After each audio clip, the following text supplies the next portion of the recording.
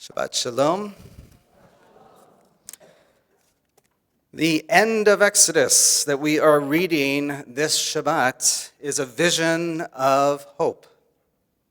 After the tumultuous, history-making chapters of slavery and of plagues and of redemption, after Sinai and meeting God as one people, after the devastation of seeing it all fall apart, with the popular uprising and the crafting of a golden calf.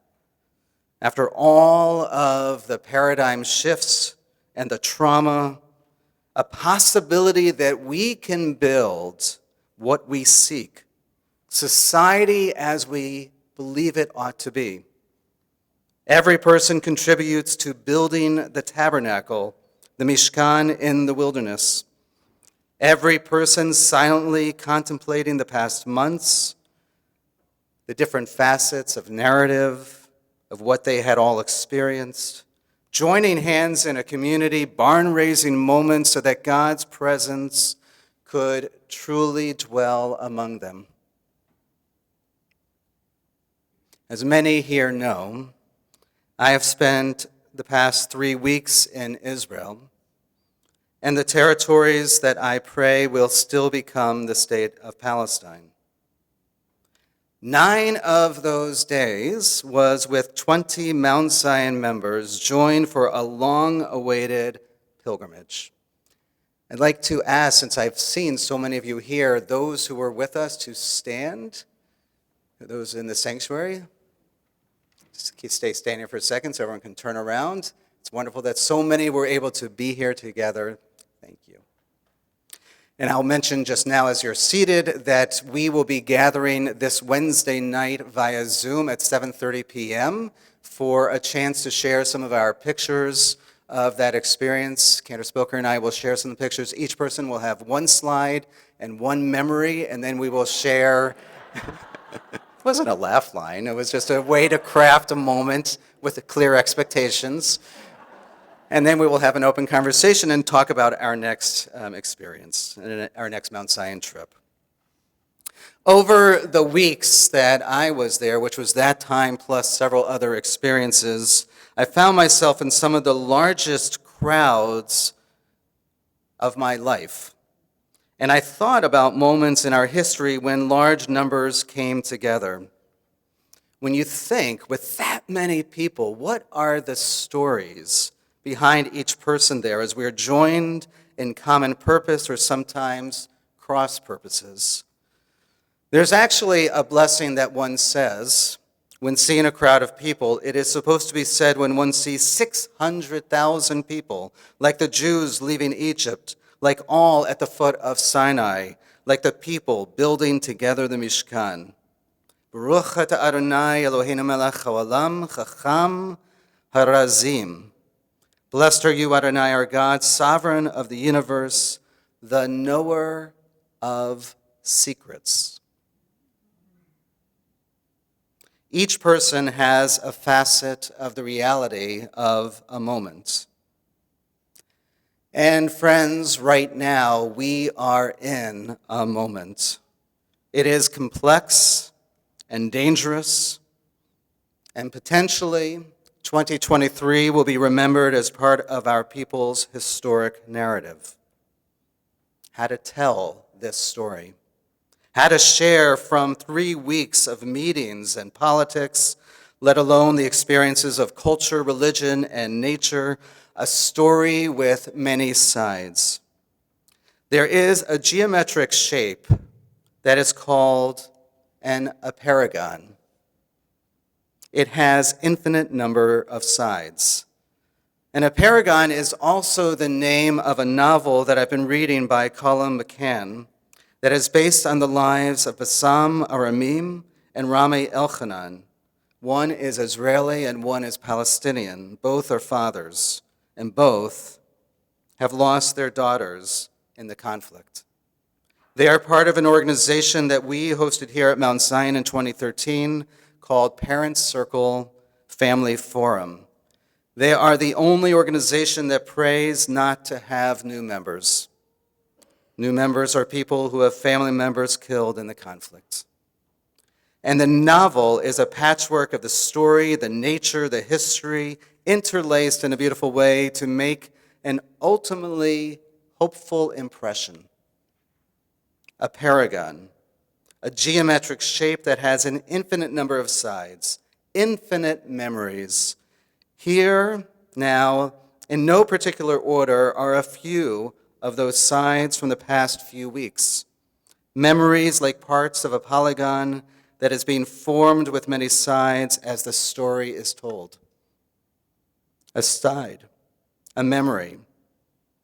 Aleph, standing at the Western Wall, surrounding Rabbi and member of Knesset, the parliament in Israel, Gilad Kariv, as he tries to bring a Torah scroll to the women of the wall.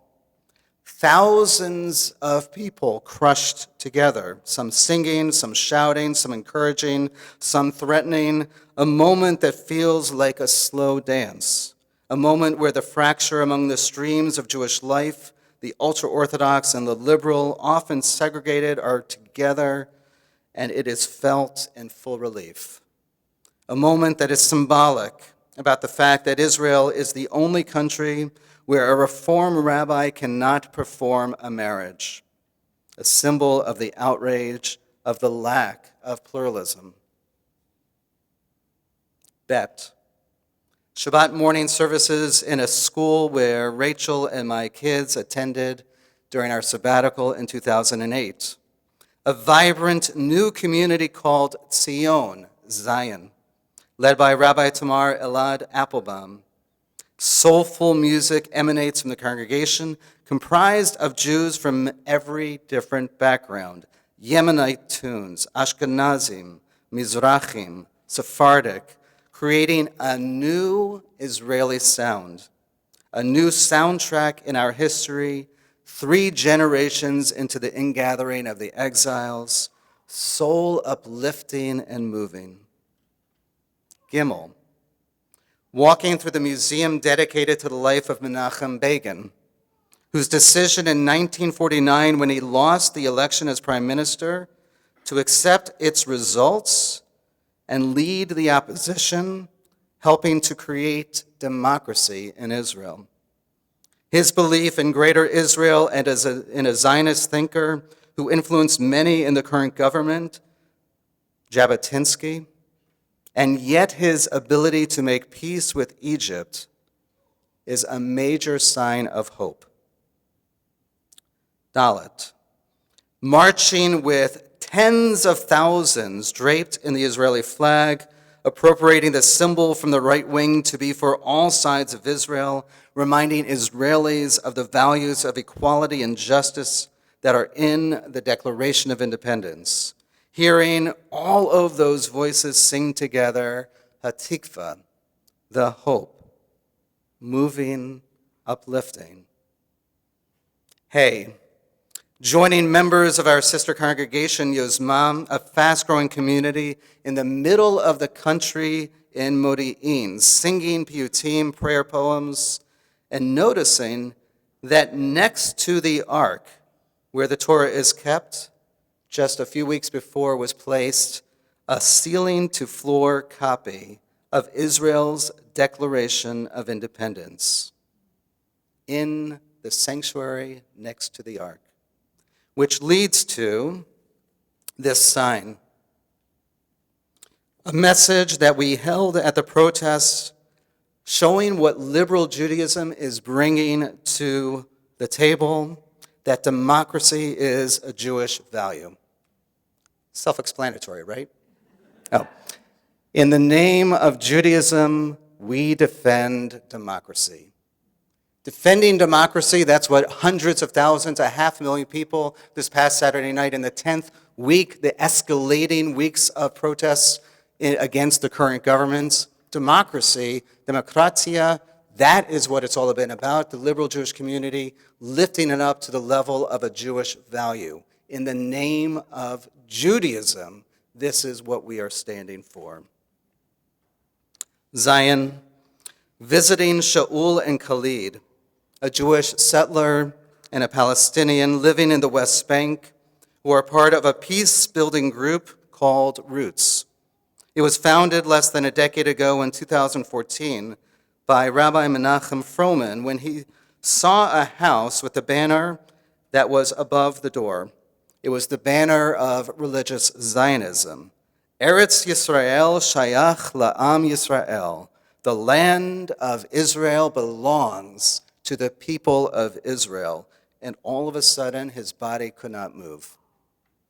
He could not enter that house.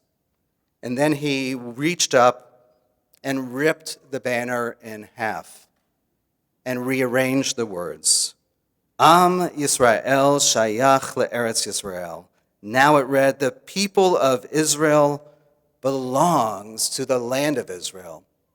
But so too, the Palestinians belong to the land of Israel. Christians and Muslims belong to the land of Israel. Chet.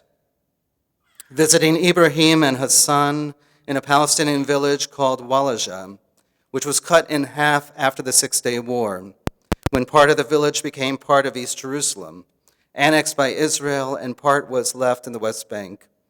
Standing in a home that had been demolished by Israel for lack of a building permit, we learned what the villagers' lives are like on a day-to-day basis, and the success of efforts, including from the Twin Cities in particular, that got the Supreme Court in Israel to approve having a zoning plan for building for the first time since 1967.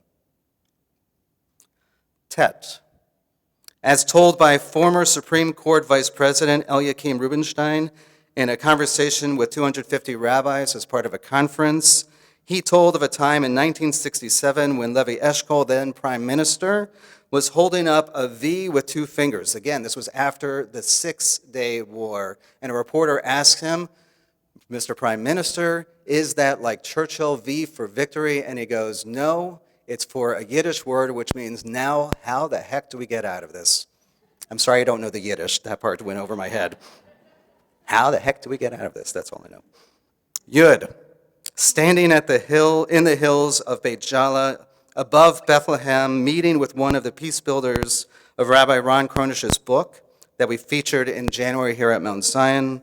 Huda Abba Arkab is director of the Alliance for Middle East Peace, a network of civil society organizations working in conflict transformation, development, and coexistence in the Middle East among all Israelis, Palestinians, Arabs, and Jews. She, a Palestinian, is also a leading supporter of women wage peace.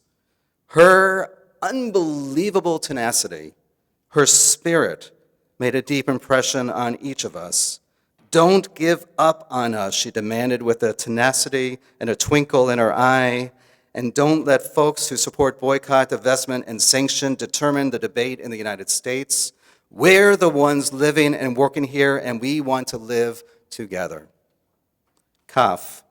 Gidon Bromberg, a co-founder of EcoPeace Middle East, a regional environmental organization consisting of Jordanians, Palestinians, and Israelis, striving to sustain one of the most water-stressed regions on the planet. His work has been featured by Thomas Friedman, the New York Times, and is the only example of a corporation with shared leadership from Jordanian, Palestinian, and Israeli CEOs. Lamed, a parade in Cholon, small town south of Jerusalem, for Purim. Ad lo yada, a parade for the phrase ad lo yada, until you do not know the difference between blessed be Mordechai and cursed be Haman. I was expecting a very different kind of parade, kind of like Pride or something with a little more outrageous. It was a lot of school groups, and it was wonderful. They were dressed up. We witnessed literally tens of thousands, talking about crowds, of Israelis in a celebratory day, of turning it all upside down, kind of like today, St. Patrick's Day. Unadulterated fun. The first time the parade has happened since COVID. Each school group parading with costumes and dance moves, streets lined with spectators, babies on parents' shoulders, showing the fertility and diversity of Israel's non-Orthodox communities, and where many Jewish communities are living together. There is intermarriage among Mizrahi Jews from Arab countries, Sephardim, and Ashkenazim. It was life-giving. So for those of you who know the Hebrew alphabet, know that there are 22 letters, you can rest assured that I'm not going to go through all of them. I end with the Lamed, reaching high, grounded below, stretched to expand one's perspective, pushing us to be aware of the limits of our understanding, the mysteries of a crowd of people. And the land is full of millions of Israelis and Palestinians from the Mediterranean to the Jordan with so many stories. My relationship with Israel is complicated.